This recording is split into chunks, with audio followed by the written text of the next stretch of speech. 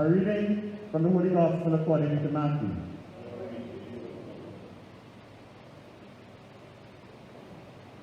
Jesus exclaimed, I bless you, Father, Lord of heaven and earth, for hiding these things from the learned and the clever, and revealing them to mere children. Yes, Father, for that is what it pleased you to do. Everything has been entrusted to me by my Father, and no one knows the Son except the Father, just as no one knows the Father except the Son, and those to whom the Son chooses to reveal him. Come to me, all who are labor and are overburdened, and I will give you rest. Shoulder my yoke and learn from me, for I am gentle and humble in heart, and you will find rest for your souls. Yes, my yoke is easy and my burden light. The Gospel of the Lord.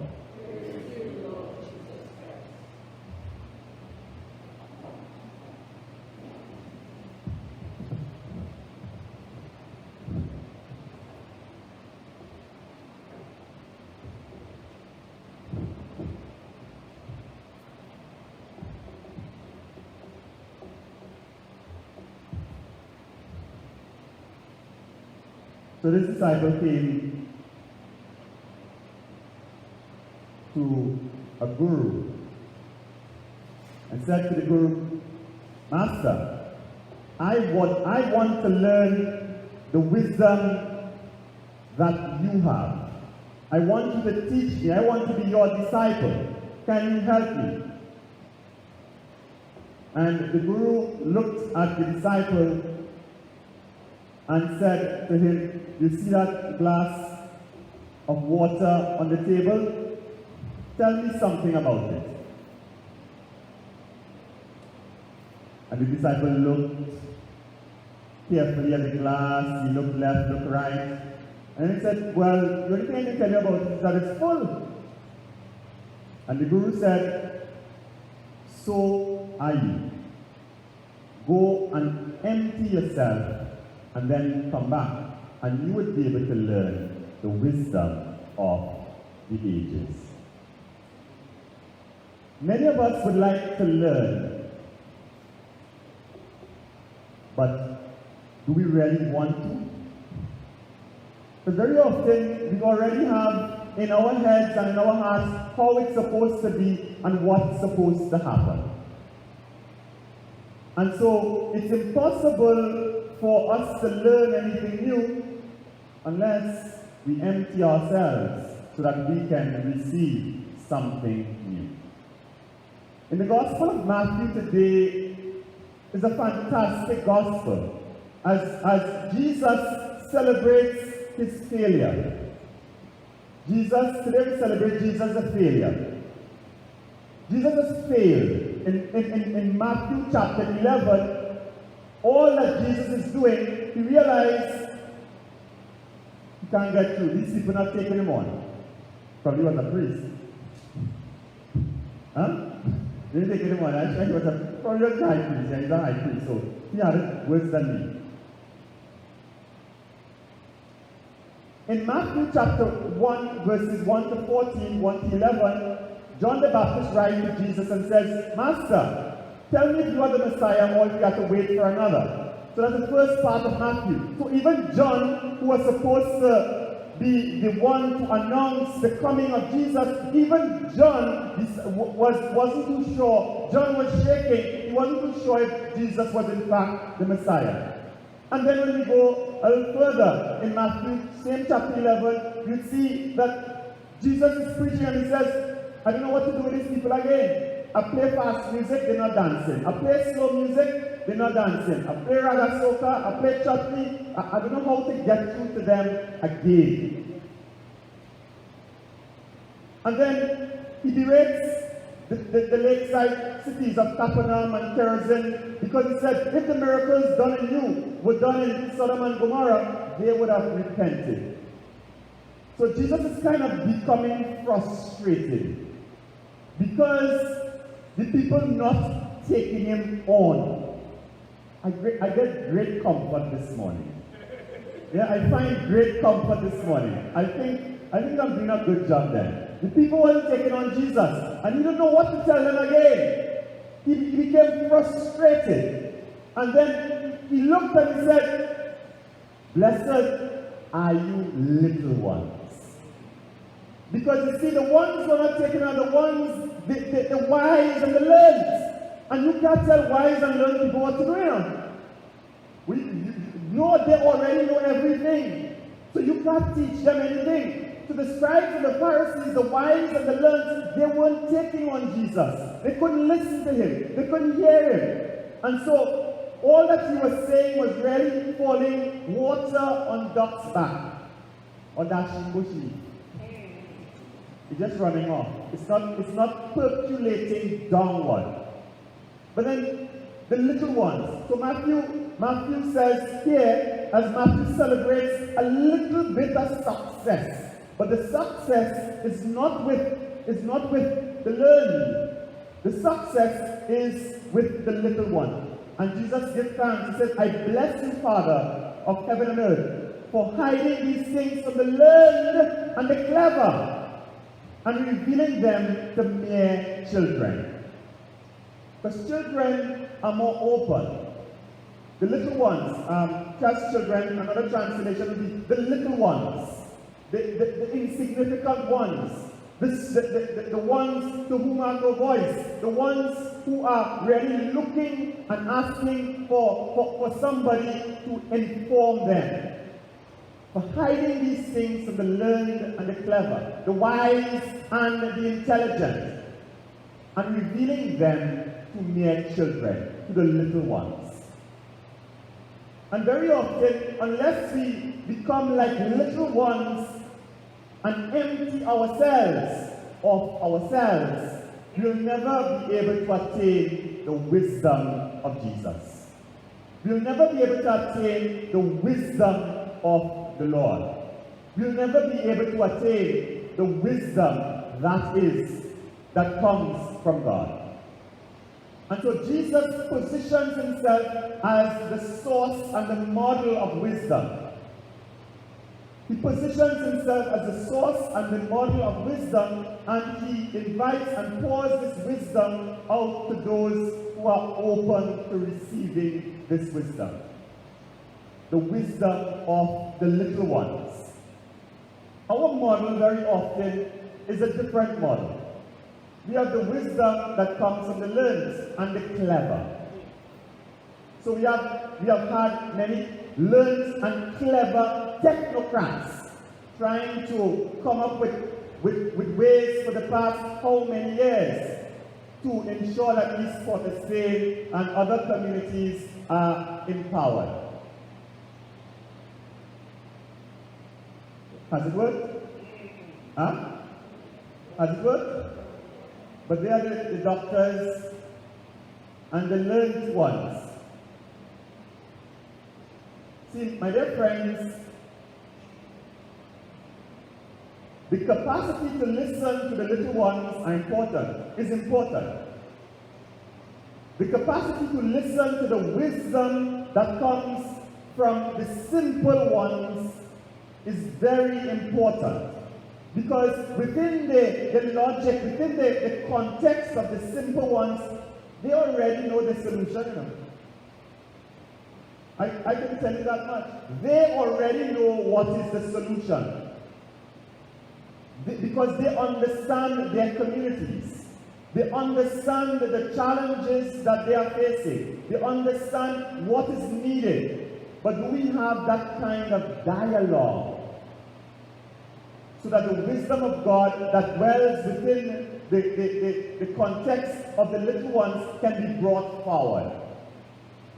No, we have to bring down somebody from Harvard, we have to bring down somebody from the UK and Europe, imposing a model that might have been very effective in that part of the world on a model that might not be as effective because the context is always different.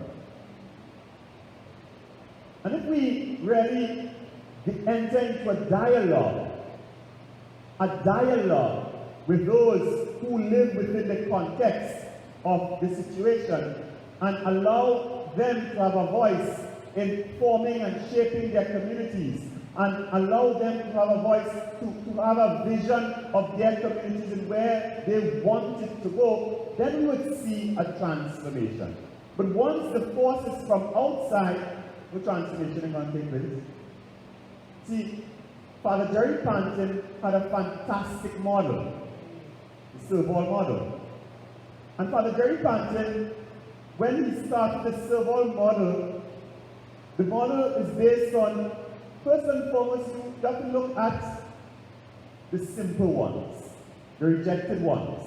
And Father Jerry brought in all of these and recognized the first thing you have to do is help them to see possibilities. So for the first 3 months, they did not know skill. All they did was looking at their attitudes and understanding how life is and dealing with that. A dialogue, entered into a dialogue. For the first 3 months, attitude development program.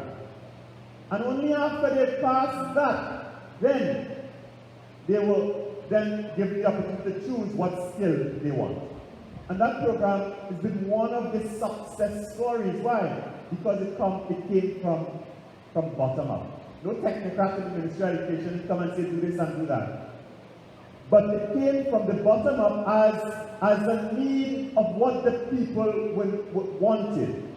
And it's important for us to recognize that, to recognize our own successes, and to recognize the wisdom that is already present in the communities that sometimes are stigmatized. That there is a wisdom there, and what is needed is really persons to facilitate a discourse, persons to facilitate a bringing together of the minds that are already present, and guiding the thought, putting it in the particular language, because they may not be able to articulate themselves, or they may not have a voice so that it may reach the right ears.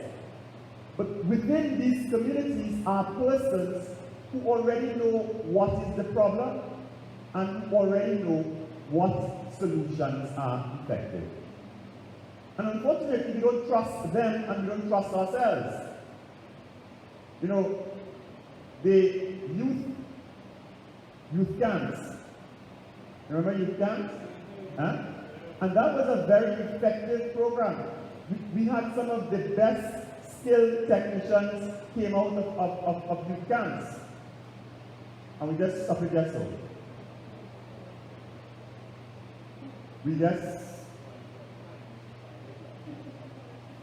And that's the problem that we face. We stop it just so. Because hundreds of young men would go to youth camps and come out with a skill and became great technicians, great skilled men. So we prefer them to Ramesh, Porter Spain and Ryan. Unless there is a sense of trusting the simple and the humble, the wisdom that comes from below, then we will not be able to transcend the challenges that communities such as those in East Porter Spain and others may have. Because it entails a holistic approach. Building a swimming pool is all well and good, but how is that going to put money in people's pockets? I hope to take a swimming pool. But how is that going to put money in people's pockets? Because if we are talking development, then we have to talk about economic development alone. So people in Maloney can only play basketball, football, and cricket and swim. They don't want to work or what? Where is the model, an economic model for developing this community? Where is the economic model? Notice that a whole bunch of people just selling things all over the place. Why is that happening? Because people trying to make an honest dollar. How are we facilitating something now to ensure that there's a greater system so that the thing can work? It's not that people are bad or they're bad, but what are the systems for an economic development? Development must be integral. It must be an integral development. So the priest and the church has an important part to play with respect to the moral and spiritual development of the community. But then it goes beyond that. It goes beyond that. Because if people come to me and all I do for them is praying for them, then I help them, you know. If all I do is, oh, come to hungry belly, Lord, send down some manna from heaven for this person here. Huh? Then I do nothing for them.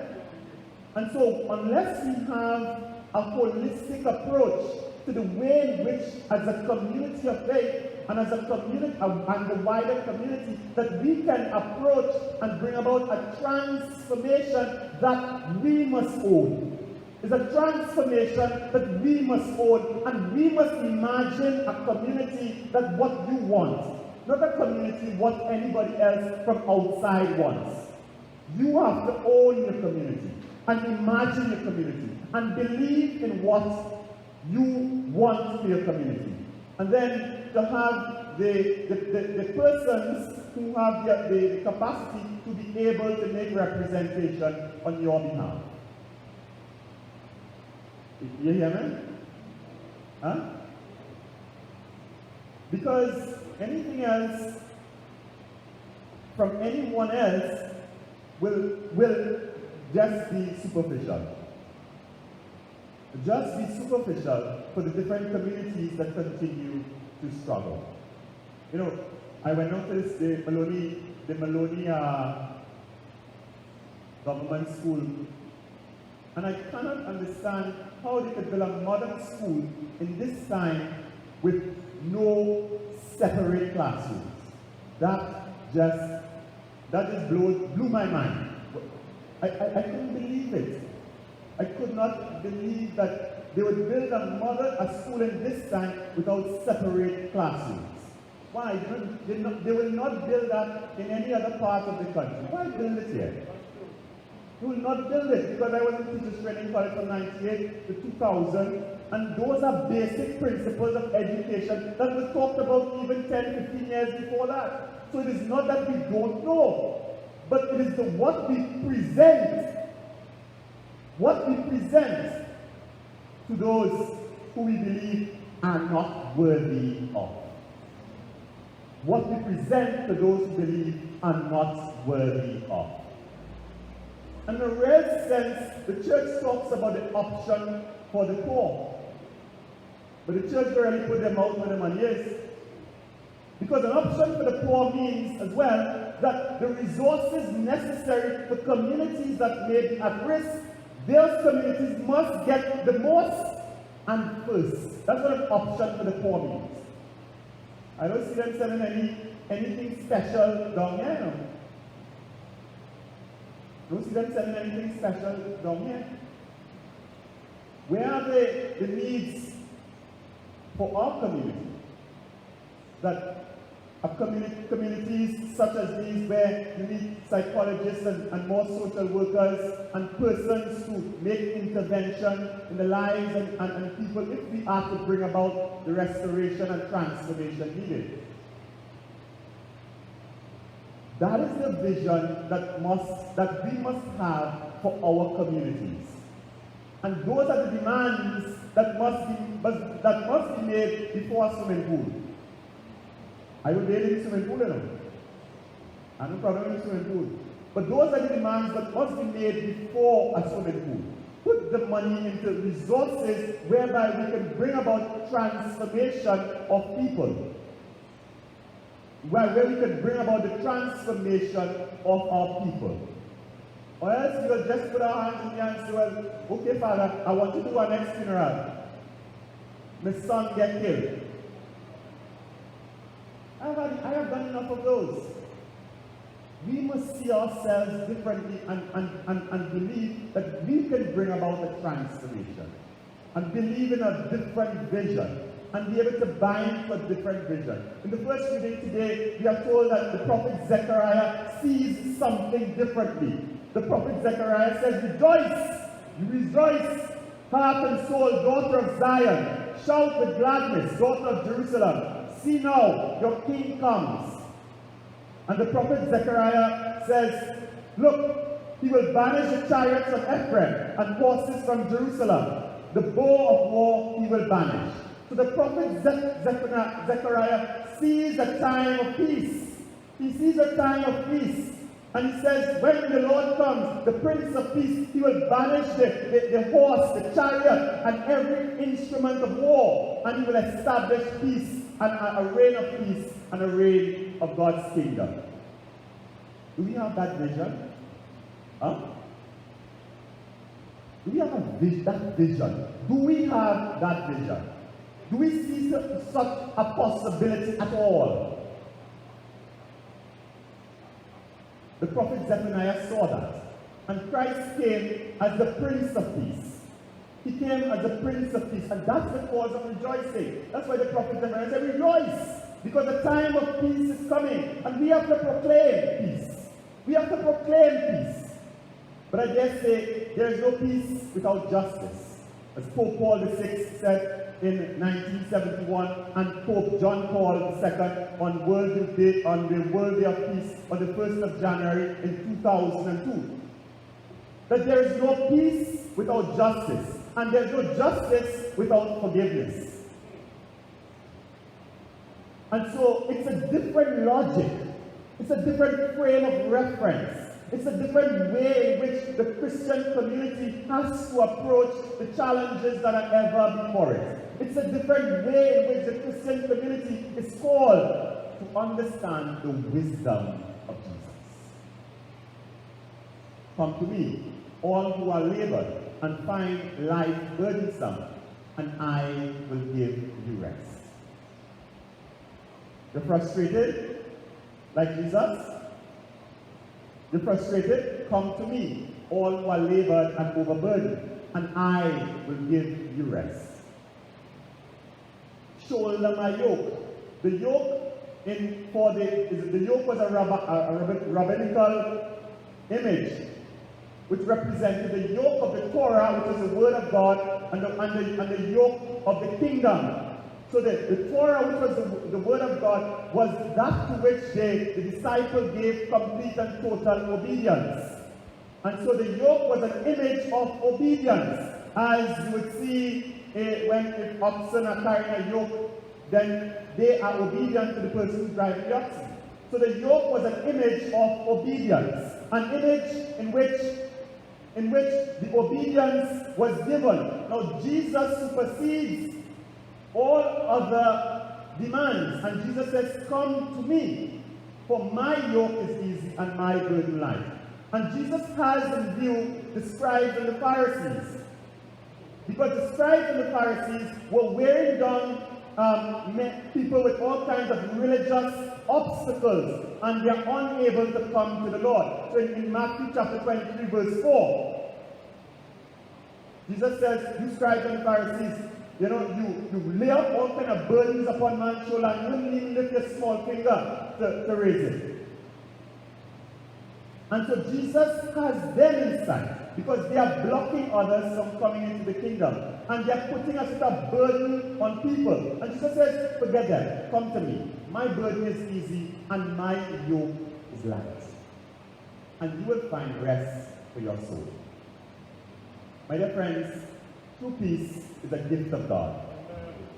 And that peace can only come when we enter into a deep relationship with God. It is that relationship with God that establishes the reign of God's kingdom and the reign of God's peace, that establishes the justice, that establishes the peace in the nations and the lands. It is the reign of God that establishes God's presence and God's mercy. And so, unless we have that intimate relationship with God that brings us to the wisdom, it is through that relationship with God that we come to a wisdom of what God is asking of us. That's why Jesus said, no one knows the Father except the Son, and no one knows the Son except the Father, and who He chooses to reveal Him. It is that relationship that Jesus had with His Father that enabled Him to do all that He is doing. And He's saying to us, come and have a similar relationship. But no one can go to the Father except through me. Come and have a similar relationship. Come to me. Come and lay your burdens down upon my shoulder. Come, and I will give you rest.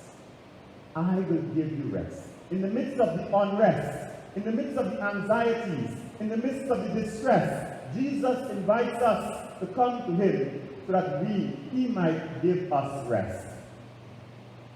But we have to be humble and meek of heart. We have to be humble and meek of heart. But if we are humble and meek of heart, then we will never submit ourselves to the reign of Christ's kingdom. And you know, some people are stubborn, they're going down. And they're going down die hard. Nothing again to hold on to, but they ain't go. They ain't go and they giving in. Let us, my dear friends, empty our glass this morning.